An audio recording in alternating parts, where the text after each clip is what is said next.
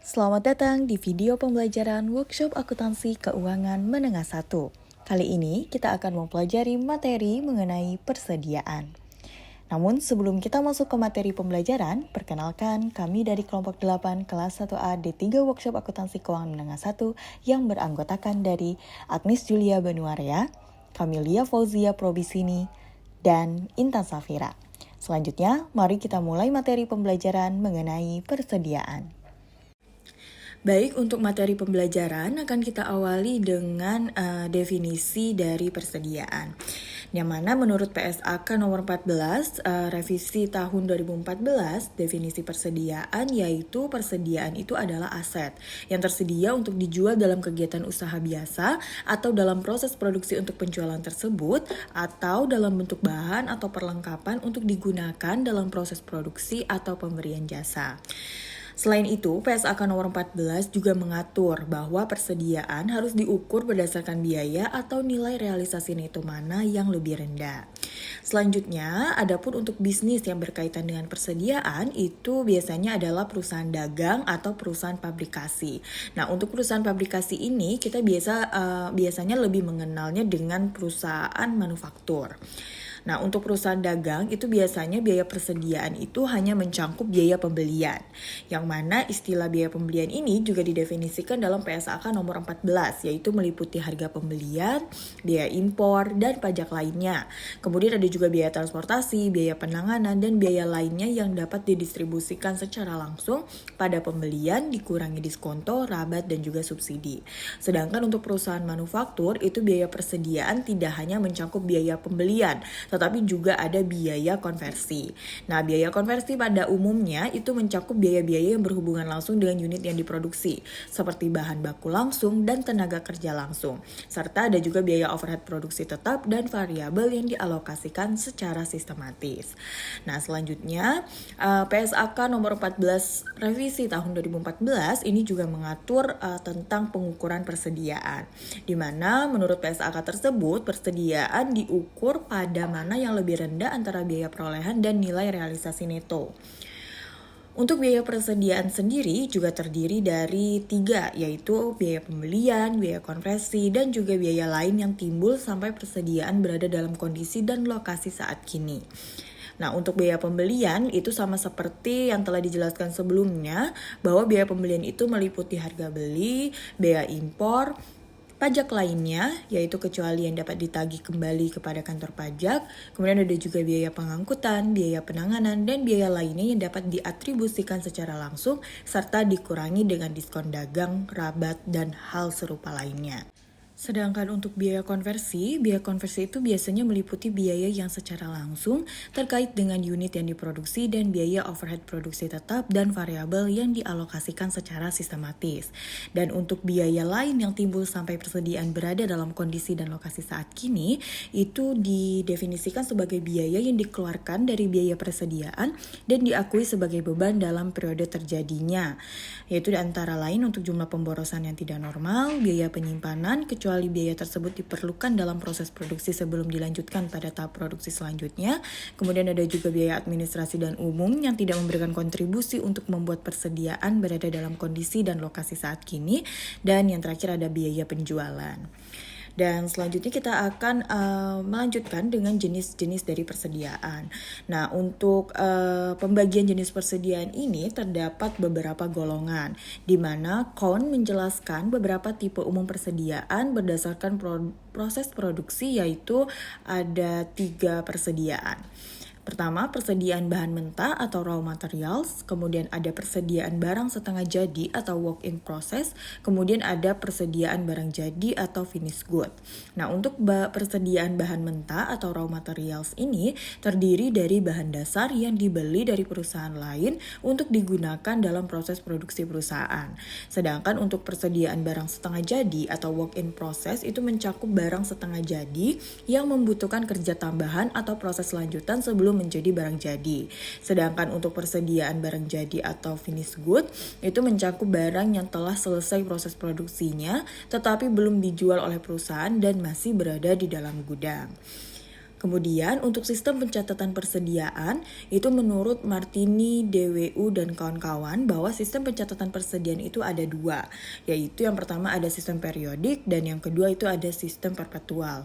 Untuk sistem periodik ini merupakan persediaan yang ditentukan secara periodik, yaitu hanya pada saat perhitungan fisik yang biasanya dilakukan secara stock of name. Sedangkan untuk sistem perpetual merupakan sistem pencatatan yang up to date terhadap barang persediaan dan selalu dilakukan setiap terjadi perubahan nilai persediaan. Dan berikut adalah perbandingan antara sistem pencatatan persediaan periodik dan juga sistem perpetual. Di mana untuk penggunaan buku pembantu, itu di sistem periodik itu tidak ada, hanya berupa catatan. Sedangkan untuk sistem perpetual itu menggunakan kartu persediaan barang dagang. Kemudian untuk pencatatan transaksi, di sistem periodik hanya pada saat pembelian barang dagang saja. Sedangkan untuk sistem perpetual itu pada saat pembelian dan penjualan barang dagang. Kemudian untuk nama akun atau perkiraan pada saat pembelian, di sistem periodik itu adalah pembelian, sedangkan di sistem perpetual adalah persediaan barang dagang. Selanjutnya untuk penyesuaian akhir periode, untuk sistem periodik melakukan penyesuaian akhir periode dengan menutup persediaan barang dagang awal dan mencatat persediaan barang dagang akhir hasil perhitungan fisik. Sedangkan untuk sistem perpetual itu tidak melakukan jurnal penyesuaian pada akhir periode. Selanjutnya adalah perbandingan sistem pencatatan persediaan periodik dan perpetual dalam hal pencatatan transaksi, yaitu sebagai berikut.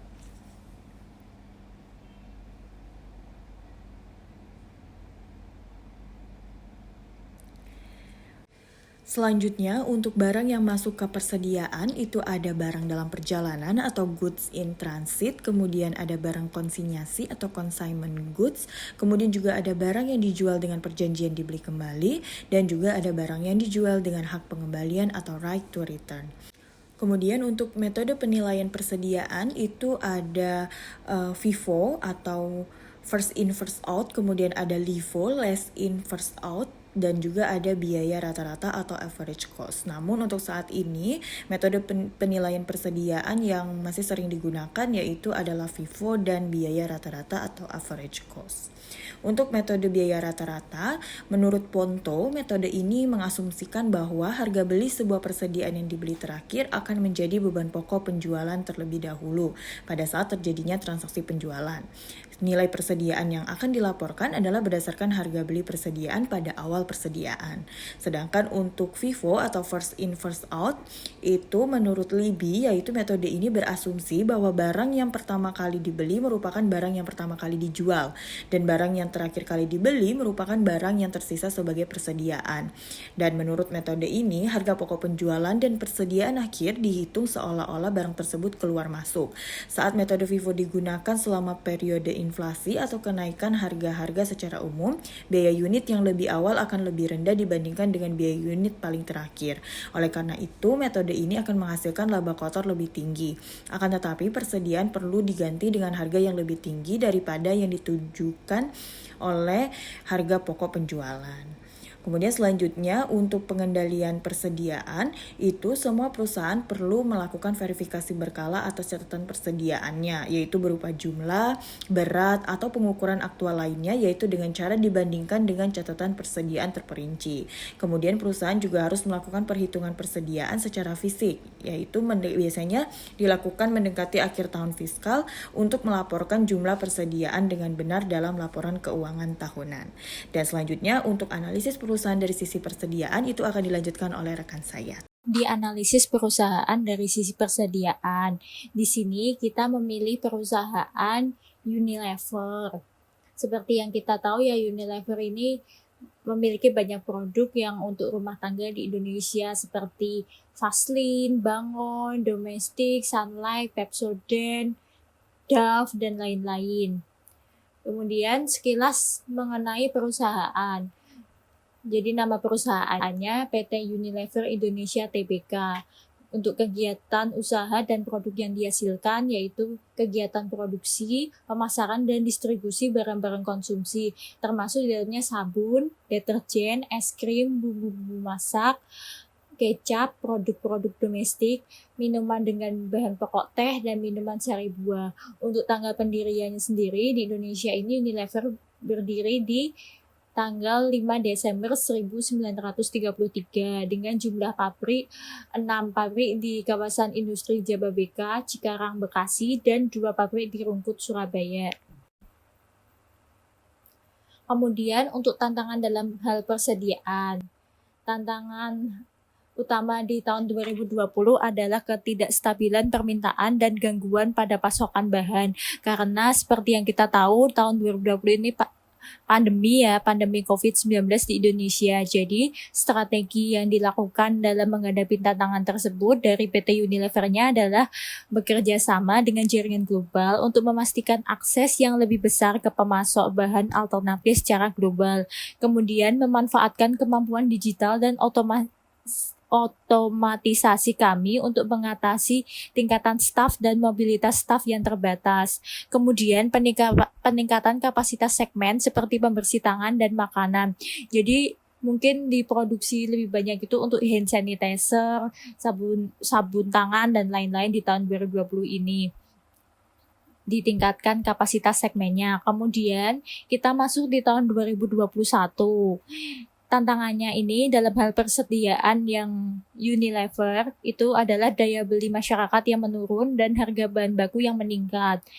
Ini karena ya setelah 2020 pandemi ini masih ada pandemi juga tapi menurun ya sepertinya, jadinya tetap terkena dampak pandemi namun tantangannya masih ada. Kemudian strategi untuk menghadapi kendala ini dari PT Unilever-nya dengan adanya penurunan daya beli konsumen, perseroan memastikan keberadaan produk-produk dengan kemasan dan harga yang terjangkau. Misalnya 500, 1000, dan 2000 rupiah yang merupakan harga jual yang disarankan dari merek-merek besar yang merupakan bagian penting dari keseharian masyarakat seperti Royco, Bango, Rinso, Sunlight, Sunsilk, dan Clear.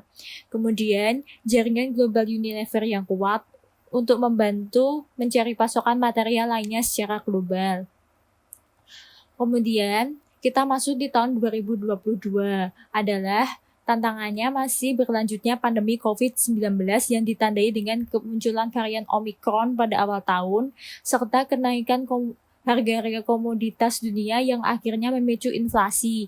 Untuk menghadapi tantangan di tahun 2022, strategi yang dilakukan oleh PT Unilever adalah yang pertama, mencari pasokan barang dari berbagai penjuru tanpa menimbun persediaan stok yang berlebihan, tetapi melalui jaringan rantai pasokan yang terstruktur dengan baik. Kemudian yang kedua, menjalin ulang kemitraan dan melakukan negosiasi ulang terhadap harga-harga, serta melakukan pembelian di depan sebagai inisiatif hedging. Kemudian yang ketiga, mencari alternatif bahan mentah dan pasokan untuk berjaga-jaga. Yang keempat, kenaikan harga minyak dunia mengakibatkan biaya logistik meningkat. Kami mencoba untuk mengatasi ini dengan cara melakukan lebih banyak ekspedisi dan mengoptimalkan jaringan yang ada untuk mengurangi jumlah perjalanan serta membuat sentra distribusi di Jawa dan daerah lainnya agar lebih efisien. Sehingga dapat kita simpulkan dari statement PT Unilever tadi, Unilever berfokus pada mengurangi persediaan stok barang-barang yang pergerakannya lambat atau slow moving sehingga pada tahun 2023 dapat dimulai tanpa terbebani bahan-bahan yang tidak terpakai atau slow moving. Dengan mengoptimalkan sisi pasokan dan persediaan, Unilever Indonesia dapat memberikan pelayanan yang baik kepada pelanggan dan konsumen dengan biaya yang lebih rendah. Kemudian analisis persediaan di Unilever. Persediaan di Unilever diukur pada nilai yang terendah antara biaya perolehan dengan nilai realisasi neto. Kemudian metode yang dipakai untuk melakukan biaya adalah metode rata-rata bergerak.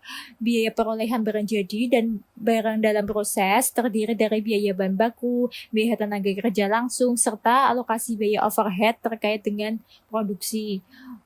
Kemudian nilai realisasi neto adalah estimasi harga jual dalam kegiatan usaha, biasa dikurangi estimasi penyelesaian dan estimasi biaya yang diperlukan untuk membuat penjualan. Kemudian untuk provisi untuk persediaan usang dan persediaan tidak terpakai atau tidak laris ditentukan berdasarkan estimasi penggunaan atau penjualan masing-masing jenis persediaan di masa mendatang. Selanjutnya, untuk laporan keuangan Unilever di tahun 2020. Ya, ini sudah tertampil laporan posisi keuangan di tahun 2020. Laporan posisi keuangan di 2020, persediaan termasuk aset lancar dalam kategori aset. Di tahun 2020, persediaan PT Unilever Indonesia sebesar 2,463 triliun. Untuk lebih detailnya, pada tabel ini, persediaan perseroan PT Unilever pada tahun 2020 adalah sebesar 2,5 triliun atau meningkat sebesar 1,4% dibanding laporan keuangan dibanding persediaan pada laporan keuangan di 2019. Peningkatan persediaan sebagian besar disebabkan oleh peningkatan bahan baku, bahan dalam proses, dan suku cadang. Rata-rata days on hand persediaan stabil di 44 hari dibandingkan periode yang sama tahun lalu. Persediaan juga telah dilindungi dengan asuransi terhadap risiko kerugian karena bencana alam, kebakaran, dan risiko-risiko lainnya dengan jumlah pertanggungan sebesar 2,6 triliun. Untuk selanjutnya di tahun 2021. Berikut adalah laporan posisi keuangan PT Unilever di tahun 2021. Persediaannya ini di tahun 2021 sebesar 2,453871 triliun. Persediaannya ini menurun ya kalau dibandingkan dengan tahun 2020 yang sebanyak 2,463104 triliun. Untuk lebih detailnya, pada tabel ini, persediaan perseroan PT Unilever pada tahun 2021 adalah sebesar 2,5 triliun atau menurun sebesar 0,4% dibanding tahun 2020. Penurunan persediaan sebagian besar disebabkan oleh penurunan bahan dalam proses dan bahan baku. Rata-rata days on hand persediaan mengalami peningkatan sebesar 1 hari menjadi 45 hari. Seperti yang tadi, untuk penjelasan tadi di laporan keuangan tahun 2020, itu days on hand persediaan PT Unilever sepanjang 44 hari dan 2021 mengalami peningkatan sebesar 1 hari menjadi 45 hari dibandingkan periode yang sama pada tahun lalu. Persediaan juga telah dilindungi dengan asuransi terhadap risiko kerugian karena bencana alam, kebakaran, dan risiko-risiko lainnya dengan jumlah pertanggungan sebesar 2,6 triliun. Kemudian berikut adalah laporan posisi keuangan di tahun 2022 yang sudah disandingkan dengan tahun 2021. Persediaannya sebesar 2,625 triliun. Ini mengalami peningkatan dibanding tahun 2021 yang sebesar 2,453871 triliun. Untuk lebih detailnya, pada tabel ini, persediaan perseroan PT Unilever pada tahun 2022 adalah sebesar 2,6 triliun atau mengalami peningkatan sebesar 7% dibanding tahun 2021. Peningkatan persediaan sebagian besar disebabkan oleh peningkatan barang jadi dan bahan baku. Ini untuk yang di materi sebelumnya karena terkena dampak dari pandemi COVID. Jadi peningkatan barang jadinya itu meningkat dan rata-rata days on hand persediaan mengalami penurunan sebesar 3 hari. Dari yang tadi 2021 sebanyak 45 hari dan di tahun 2022 mengalami penurunan 3 hari sehingga menjadi 42 hari dibandingkan periode yang sama tahun lalu. Persediaan juga telah dilindungi dengan asuransi terhadap risiko kerugian karena bencana alam, kebakaran, dan risiko-risiko lainnya dengan jumlah pertanggungan sebesar 2,6 triliun. Kemudian, untuk perbandingan persediaan Unilever dari tahun 2020 dan 2020 sampai dengan 2022 adalah sebagai berikut pada grafik ini. Di tahun 2020, persediaan PT Unilever adalah sebesar 2,463104 triliun. Kemudian untuk di tahun 2021 mengalami penurunan sehingga persediaan dari PT Unilever adalah sebesar 2,453871 triliun dan mengalami kenaikan di tahun 2022 sebanyak 7% sehingga persediaan di tahun 2022 adalah sebesar 2,625116 triliun. Untuk itu kami sandingkan Berikut laporan keuangan dari tahun 2022 sampai dengan 2020. Adalah di datil tabel sebagai berikut. Untuk daftar pustaka yang kami gunakan yaitu Kieso Intermediate Accounting bab 8 Inventory, kemudian PSAK 14 tentang persediaan yang sudah direvisi pada versi 2014, standar akuntansi keuangan yang efektif per 1 Januari 2017. Kemudian skripsi Finka dengan alamat repository.unpri.ac.id /eprin/935/skripsi Finka 2013. Kemudian dari Brainly tugas 21776285 dan Brainly 38111160.